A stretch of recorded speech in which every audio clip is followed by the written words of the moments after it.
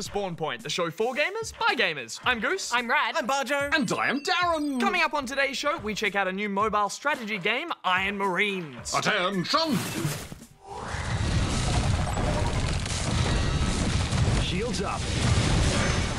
And at ease. Plus, we find out what happens when Pokemon get their punch on in Pokken Tournaments DX.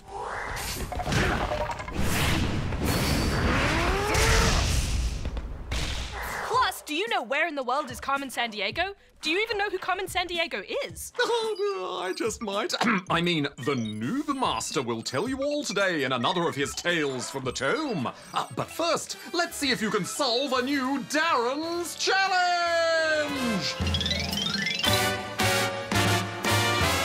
Today, I'm asking you this. The cutscenes in the game Ni no Kuni on PS3 were made by which well-known animation studio? Answer at the end of the show! Is it Disney. Negative. No more guesses. It's time to soldier up for the first review.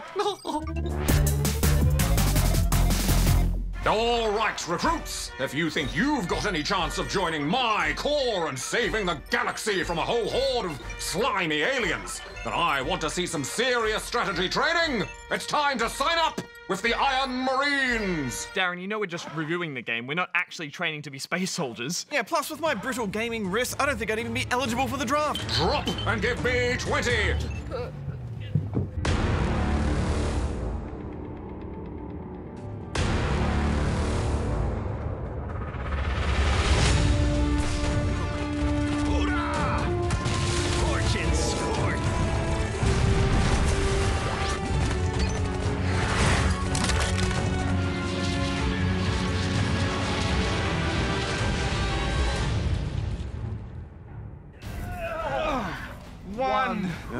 Puny humans.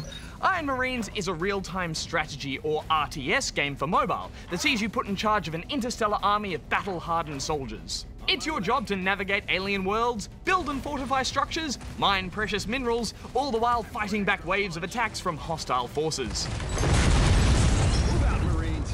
This is from the same team behind the successful Kingdom Rush games, which were all about tower defense. However, here you're able to move units freely around the map to reach objectives and to capture enemy outposts. And this freedom increases the overall strategy immensely. I have to say, guys, I was apprehensive at first when I saw this game on the small screen with touch controls. In my opinion, RTS games are always best played with a mouse and keyboard to allow you maximum base management.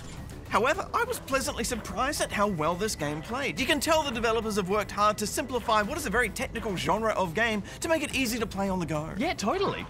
Moving units around the map is done by simply tapping and drawing a line. Soldiers will auto-attack the closest enemy, and the radial menus to recruit troops or build and upgrade structures are all simple and very intuitive.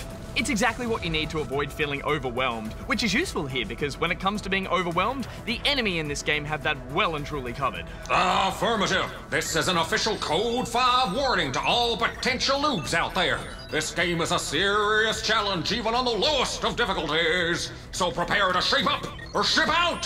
Hoorah! You're really getting into this Marine thing, aren't you, Taz? That's an affirmative.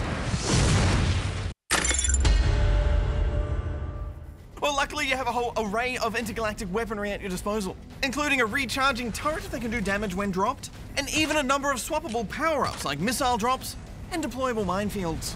However, these need to be purchased in between missions with gold, which can be earned, but gold can also be purchased with real-world money, so you don't want to become reliant on it. No, definitely.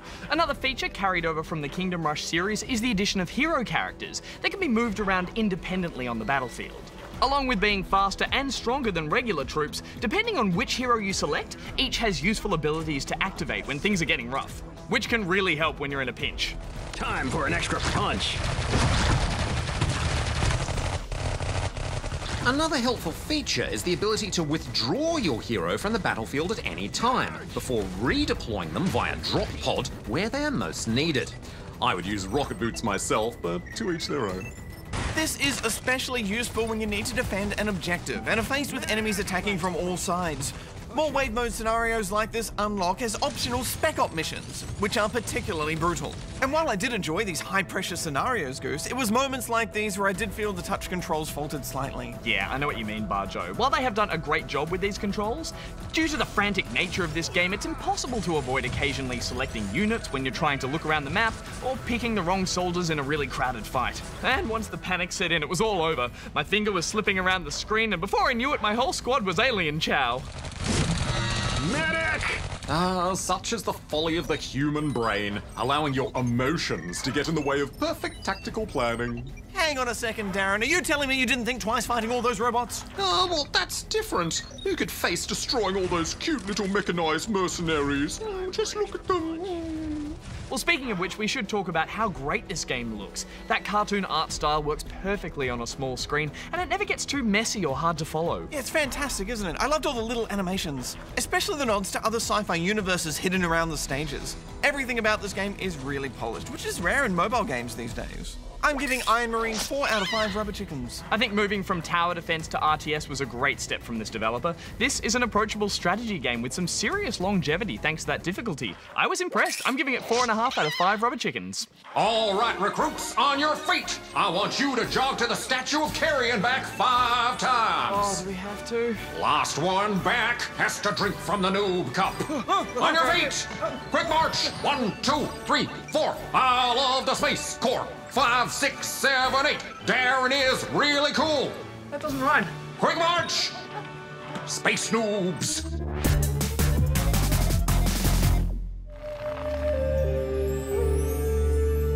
Ram, rom, ram, rom. Ah, hello there, my young factolites. Draw closer, for I have a tale for you. A tale of a computer program that achieved the impossible.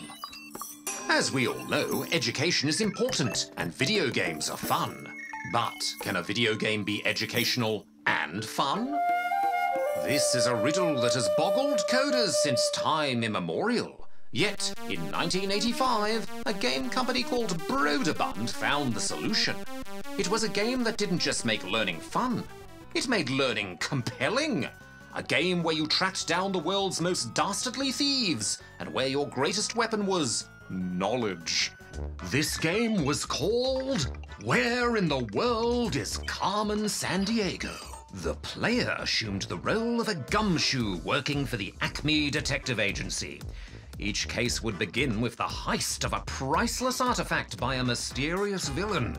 By talking to witnesses, players would gather clues about the villain's appearance, their personality, and where they were going.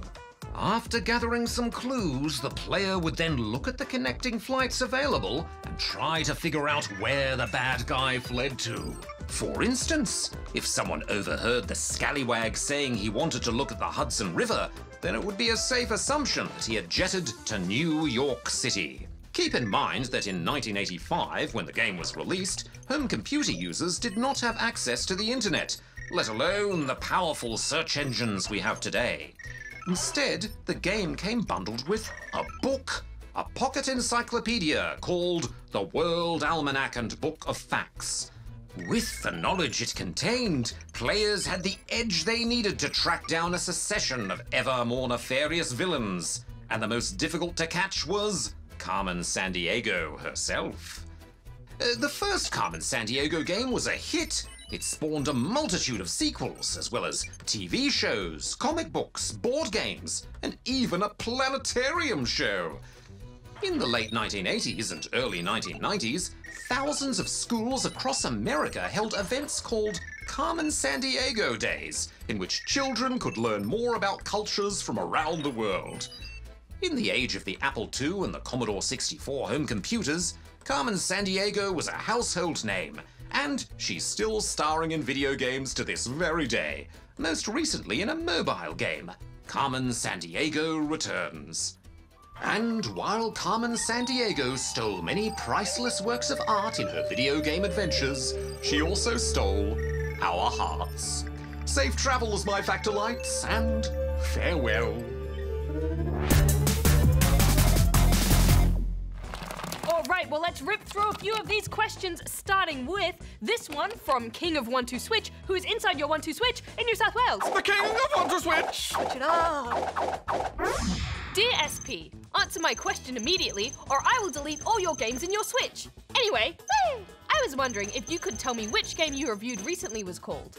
It had something to do with a ship, solar systems, different upgrades, and different weapons and weapon experimentations. Thank you for answering. Bajo, do these. What?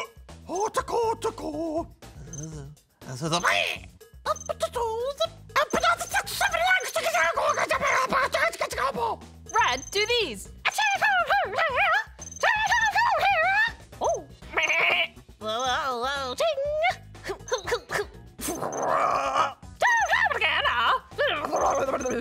Darren, do these. Skim on the code.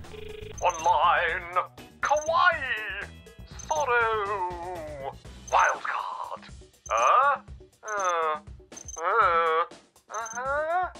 Well, thanks, Darren. Oh, those are some good ones. Well, your 1-2-Switch Highness. Click, click. I can only think of one game you would be talking about, and that, of course, would be Vostok Inc. Can we put that on the screen, please, Mr. Editor Person? There you go.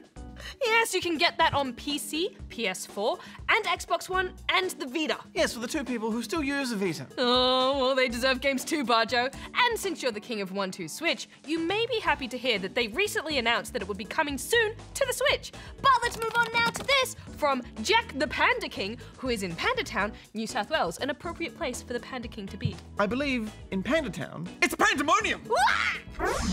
Hi GGSP, I have a few questions for you. Question 1, will Roblox ever come to the PS4?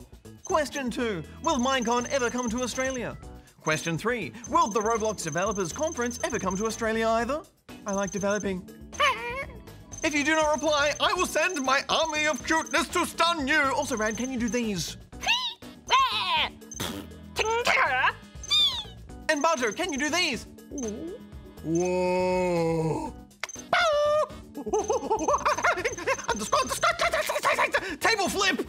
Well, your Panda Highness. Oh, what do pandas do? Oh, I know they eat bamboo. I saw one holding a watermelon once. Okay, listen to that. Well, firstly, yes, Roblox is in development for PS4, so it will be coming out at some point. They haven't announced a release date for it, so we don't know exactly when, but it is coming. And secondly, while we like to never say never, Minecon will likely never come to Australia. In fact, it looks like it may never come to anywhere ever again. But just to confuse you, it will also come to everywhere at once. Yeah, they've completely changed how they'll be doing Minecon in the future. The whole event will now be called Minecon Earth, and it won't be a big physical convention that you have to buy tickets to and walk around in anymore. Instead, it'll be a special online video stream that you can watch. Although I think the plan is to have some smaller events around the world to coincide with it, like viewing parties and stuff. So there may very well be some of those in Australia. So what we're saying is that Minecon will actually come to Australia? Yeah, well, sort of. It's just not going to be a traditional convention. Also, that doesn't mean there won't be big official Minecraft events in Australia, like we saw at the Opera House in Sydney earlier this year. I don't think there's any currently scheduled, but hopefully we'll see more in the future. Also, they may find that the whole online stream idea just doesn't really work and they go back to having a big physical convention too. Who knows what the future holds? As for the Roblox Developers Conference coming here, well, we simply don't know. Yeah, they won't announce next year's locations until next year, so we do not know. But Australia is quite far away from Europe and America, where most of the developers are. And our population is tiny compared to those countries. So I don't think it's very likely they will have one here, since that would cost a lot of money to bring all those developers over to Australia. Indeed, but as we said, we never know for sure what the future holds. Stranger things have happened and they may decide to hold a special developers conference right here one day. We just don't know. But let's move on now to this video question, which comes in from Mario and Princess Peach. The real Mario and Peach? Well, they're fictional characters, Bajo, so there's no such thing as the real Mario and Peach. Yeah, right. Next you'll say Sonic isn't real. Hello, good game SP. It's me, Mario, and my assistant, Peach. I have 3 questions for you. 1. How do you unlock Waluigi in Super Mario 64 DS? 2. Is Mario Kart 8 Deluxe gonna come to the Nintendo Wii U? 3. Is Super Mario Odyssey gonna come to the Nintendo Wii U? Mario out. Well, thanks for your amazing video and great questions, Mario and Peach. And I forgot to say, it's such an honor to have Mario and Peach on the show. Yeah, well, to answer your first question, I know you can play as Yoshi, Mario, Luigi, and Wario, but I don't remember unlocking Waluigi, so I'm not sure how to do that. Let me just get Darren on the line to see if he can help. Hello, Darren speaking. Hi. Hey, Darren, it's Rad. Oh, hello, Rat. How can I help? We were just wondering if you could tell us how to unlock Waluigi in Super Mario 64 DS. Oh, of course. That's easy. You can't. You can't? Affirmative. Waluigi is not an unlockable character in Super Mario 64 DS. There have been several elaborate hoaxes and fake stories spread about him being in the game, but no one has ever actually found him, and there's no real evidence anyone can. He's fake news, as some might say. So there's no truth to it whatsoever? Well, it may be true that he was in the game at some point during development and was then removed. And there are some signs that could be the case. For example, as Mario's dastardly counterpart Wario is in the game, it would make sense that Luigi's counterpart Waluigi would be too. Also, the game's manual has what appears to be a picture of a purple rabbit. Different characters in the game must catch different coloured rabbits to unlock minigames. However, purple rabbits do not actually appear in the game, but would have been a logical colour of bunny for Waluigi to catch. That's a pretty crummy picture, Darren. It could just be the lighting playing a trick on a pink rabbit, maybe. Well, that is quite a likely explanation as well. Some also point to the fact there is an extra door in the character select room, which simply leads to a special power star, but could very well have been initially designed as a way to select Waluigi. But no developer has ever come forward to say whether there's any truth to any of that. Well, a fascinating and thorough answer as always, Darren. Thank you for your help. Oh, my pleasure. Goodbye. Bye. Bye. Goodbye. All right, well, moving on to other questions. Sadly, no, Mario Kart 8 Deluxe will not be coming out for the Wii U. But the deluxe version is basically just the Wii U version of Mario Kart 8 with all the DLC and a better battle mode. And the ability to hold 2 weapons and get sick purple drift sparks. Yeah, but other than that, it's the same experience, really. As for Super Mario Odyssey, though, you're out of luck completely there, I'm afraid. It's the big Mario showcase for their new console, so if you want to play it, you'll need a Switch. But of course, there's loads of great Mario games to enjoy on the Wii U, like Mario Maker, Super Mario 3D World, and New Super Mario Bros., just to name a few. I'm surprised Nintendo hasn't actually given Mario and Peach a Switch of their own. Roger, we've been through this. It's not the real Mario and Peach. But we will be giving them their own Spawn Point shirts at least. Awesome. Can't play Mario on them, though. Well, you can play Mario in them. But on that note, we are out of time. So if you'd like to ask us a question, then you can go here and send it in. Let's just say Kirby isn't real. He's not.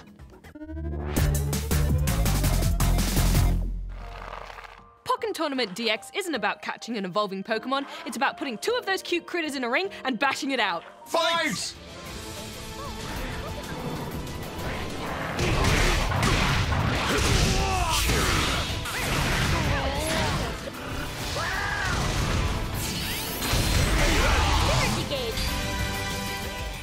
We reviewed Pokken Tournament when it first came out on Wii U, and we really liked it. Indeed.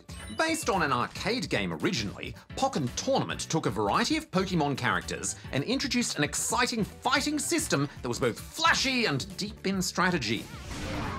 The game features online and offline modes and also a series of fighting leagues where you learn about the mysterious Shadow Mewtwo, a soulless fighting machine. Pokken Tournament DX is a re-release for Switch. It includes a few tweaks to the original game and a few new Pokemon to play with too. And the good news is just about everything is unlocked right from the start. Yes, including the new playable Pokemon, such as Empoleon, a regal penguin. I love the way Empoleon slides around the battlefield. Fantastic ice blasts. Great, you did it! There's also Sizer, although I never really gelled with or liked Sizer's moveset. But that super move. Oh.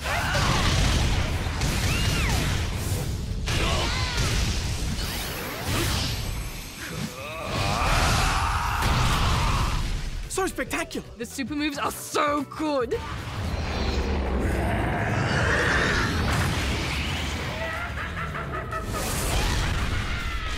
There's also the creepy shadow tentacles of Darkrai and Krogunk, who's my favourite of the newcomers.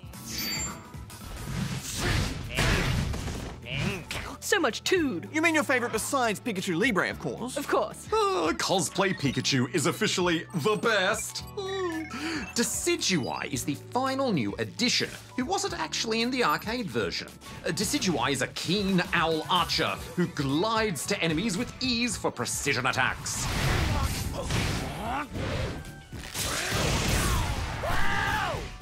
I really like Decidueye's style, but even with all these new additions, I can't help but default back to Machamp.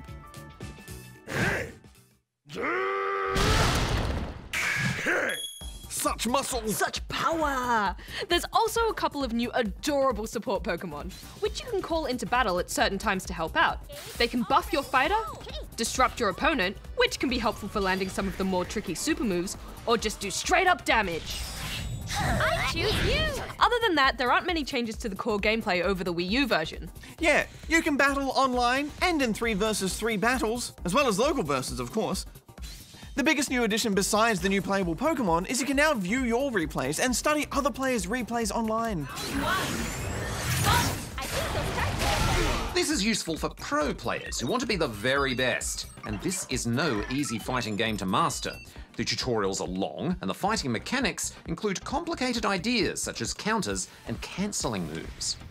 Yes, in fact, I'd suggest just playing a few rounds before you even attempt the tutorials. Then everything will start to click. Then you can practice those deeper fighting mechanics later on after you've improved a bit. If you've never played Pokken Tournament before, the main difference over other fighting games is that the combat shifts from 3D to 2D fighting depending on certain moves and fight conditions. It takes a while to get used to, but it's a unique idea and it just works. Although rounds are over so quickly that it can be hard to refine your strategy before it's all over. Yeah, and that's been my major criticism of this game, besides the story mode being a bit simple. If I was going to nitpick, I would also wish that the bigger moves had some interactive elements, like maybe QuickTime events, to make them more interesting to use. If I was going to nitpick, I would say that the battle arenas themselves are a little bland. Many fighters nowadays have dynamic environments, but the most you'll do in these arenas is pick up the odd energy cube. Yum yum. True, but the environments are pretty and the fighter animations are excellent. Yeah, and the fighting is always fun, especially when you get a juggle going. That's where you knock an enemy into the air and chain attacks together for total domination. Also, every fight in the story mode usually rewards you with something, so you do always feel like you're making some progress. Overall, this is a flashy, fast-paced fighter, which is exciting to play and to watch. Plus, the controls have some good depth to them. I'm giving it 3.5 out of 5 rubber chickens. Yeah, you know what, Brad? I've grown to like this game even more since I reviewed it last. I'm gonna give it 4 out of 5 rubber chickens, upping my score, although that is mostly because of Machamp. Is he Machampion? Yes!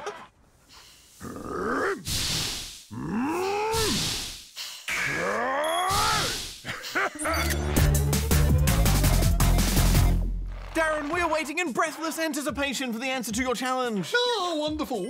At the start of the show, I asked you this. The cutscenes in the game Ni no Kuni on PS3 were made by which well-known animation studio?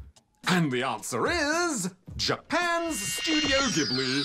Oh yeah, the team behind those Miyazaki films like Spirited Away. And My Neighbor Totoro. Oh, such beautiful animation. Now, guys, I have some good news and some bad news. Oh, good news first, please. Okay, well, next week's Spawn Point is a super special episode because Pip from News to Me is going to be joining yours truly to co-host a girls-only episode to celebrate the International Day of the Girl. We'll review some amazing games made by some amazing women. From last day of June to Armello. Ah, that sounds super cool, Rad, but something tells me we've already heard the bad news. Yeah, unfortunately, you and Goose aren't allowed. It's girls only. Oh, and robots. Yeah, okay, laugh it up, Daz. But that does sound really fun, so we'll be sure to watch, won't we, Barjo? Absolutely. Until then, be nice. Have fun. And keep gaming. Goose out. Rat out. Barjo out. Darren out. You know that Pip's a pretty cool co-host. Oh, she is, but I mean, is she rad? No, she's Pip, you're Rad. No, like rad. No, that's you. Oh, you're such a goose. Yeah, that's me.